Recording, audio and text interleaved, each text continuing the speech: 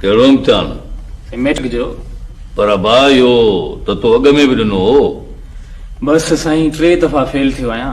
सदके लगातार 3 भेरा। भला भला जवान जा पुट वाह।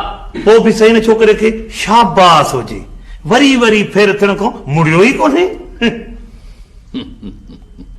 इन दफ़े पास थी पंहिंजो रिकॉर्ड ख़राब कंदे जावा।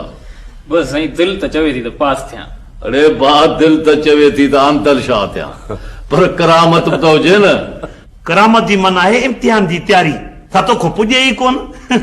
साईं हाणे वरी केरु थो तयारियूं करे। हा बाबा हा, वात में ज़हरीला तमाक वारा गुटका विझो, हाशमारी होटल ते सॼो ॾींहुं टीवी ते टंगिया पिया आहियो, बाक़ी इम्तिहान जे पास थियण जो सर्टिफिकेट मुफ़्त में खपे, ईअं न? वॾेरा साईं पोइ भवां जी सिफारिश। मुंहिंजी सिफारिश इहा आहे त का छुरी, को चाकू, को पिस्तौल खणी वञी वेह इम्तिहान में। साईं इहे सभु शयूं खणी वियो हुअसि, पर हाणे त गेट ते झड़ती वठियो, इहे सभु शयूं फुरियो छॾियनि। भला हू जेको ठाहींदा आहियो काज़मा कारतूस, साईं कारतूस बि फुरियो, असली सफ़ा खीसा ख़ाली करे छॾियनि न। भला हीअं कर, पर असीं था कयूं, चिबड़ खे था चऊं त तुंहिंजे अबे खे त तुंहिंजे बदिरां वञी इम्तिहान में वेह।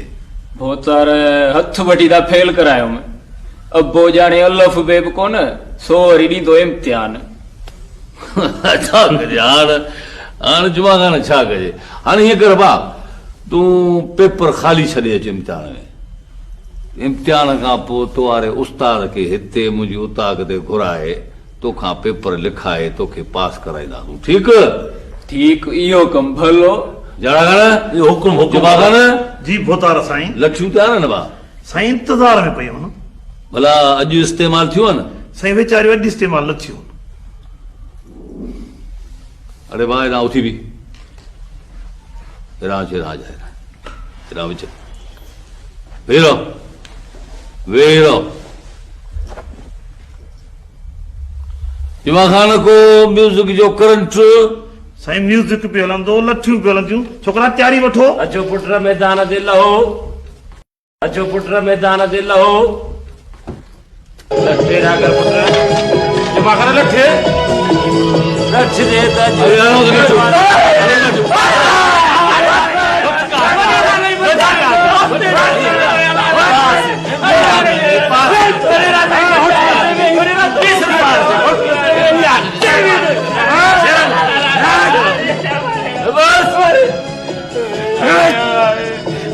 मारे नहीं ओ बाबा के पुड़का न वरे रे मारे दे रे ओ अलाड़े उठी भी मारे खबर दे या तो के मार छोड़नी तम काइंदा ये गुटका ये जहरीला पान खाई होटलन ते वक्त न वजाइंदे। हाज़िर साईं, यो वक्त पढ़ाई में सर्व कंदे, बुधई ना? हाज़िर साईं हाज़िर। मारे अल्लाह माखाना जी भोतार साईं।